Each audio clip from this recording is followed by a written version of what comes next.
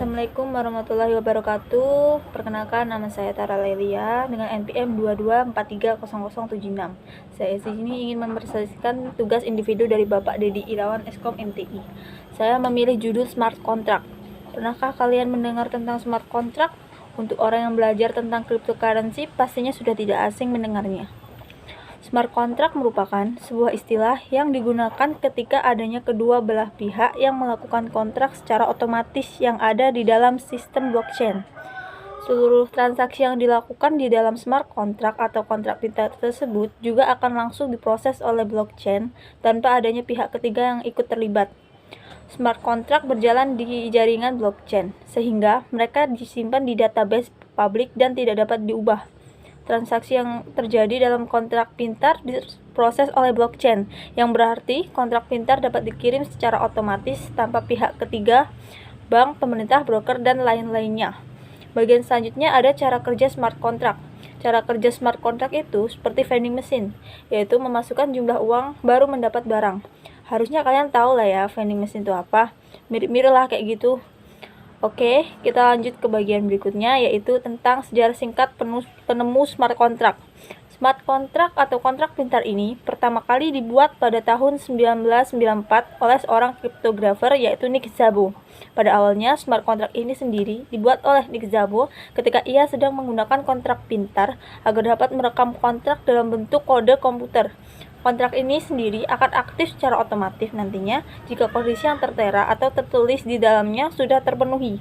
Nick Szabo sendiri membuat smart contract ini sendiri dengan tujuan agar segala proses transaksi yang ada dapat langsung dilakukan tanpa adanya pihak ketiga, seperti pengacara, pihak bank, maupun perantara lainnya.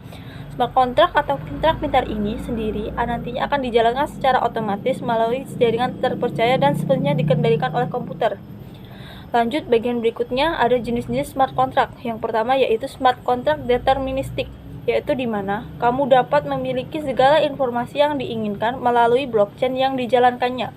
Informasi yang tersedia sendiri dapat beragam, dapat berupa transaksi tertentu, pelaksanaan kontrak lain, blok tinggi maupun berbagai hal lainnya selama informasi tersebut dapat ditemukan di dalam blockchain. Contoh penerapan smart contract jenis ini sendiri adalah token kripto, lotre, serta kepemilikan saham. Yang selanjutnya ada smart contract non-deterministik, yaitu di mana kontrak yang membutuhkan informasi eksternal ke blockchain. Hal ini yang membuat kontrak ini membutuhkan campur tangan seseorang maupun faktor keberuntungan yang tidak bisa didapatkan dari komputer. Informasi tersebut bisa saja didapatkan dari berbagai hal, seperti halnya laporan cuaca, hasil pemilihan, ataupun hasil pertandingan olahraga. Kontrak pintar non-deterministik ini sendiri juga mengharuskan para penggunanya untuk percaya akan prediksi, di mana yang menjadi sebuah penghubung yang hilang antara blockchain dengan dunia nyata. Lanjut ke bagian berikutnya yaitu keuntungan smart contract. Satu, otonomi, di mana dengan menggunakan smart contract kamu tidak perlu lagi menggunakan jasa dari pihak ketiga dan bisa mendapatkan kendali penuh atas sebuah perjanjian yang telah dibuat. Dua, kepercayaan, di mana dengan menggunakan smart contract kamu tidak perlu takut untuk kehilangan dokumen penting karena segala dokumen yang bersangkutan telah disimpan di dalam sistem yang ada. Selain itu, kamu juga tidak perlu takut untuk memilih pihak ketiga yang seringkali menimbulkan masalah kepercayaan. 3. Irit, di mana dengan menggunakan smart contract, kamu tidak perlu lagi mengeluarkan biaya untuk membayar pihak ketiga, seperti agen properti maupun notaris ketika melakukan transaksi. 4. Keamanan, di mana dengan menggunakan smart contract yang telah dibuat dan diterapkan dengan baik, maka perjanjian tersebut akan sulit untuk diretas. Selain itu, kontrak pintar pada umumnya telah dilindungi dengan kriptografi yang kompleks sehingga lebih aman. 5. Efisiensi, di mana dengan menggunakan smart contract dapat mempermudah segala urusan atau perjanjian yang dilakukan. Hal ini dikarenakan kamu tidak perlu lagi mengurus berbagai dokumen fisik yang seringkali menyita waktu. Bagian berikutnya yaitu penerapan smart contract. Di mana sih biasanya smart contract itu diterapkan? Yang pertama, di industri kesehatan. Penerapan smart contract pada industri kesehatan sendiri digunakan dalam rangka merekam serta mentransfer data para pasien yang ada secara aman. Smart contract yang digunakan pada industri kesehatan sendiri adalah encryptGAN. Yang kedua, di pemerintahan. Penerapan smart contract di dalam pemerintahan sendiri dijalankan berdasarkan blockchain. Dengan adanya penerapan kontrak pintar ini menjadi memungkinkan sistem pemungutan suara yang ada dapat berjalan secara lebih adil secara aman.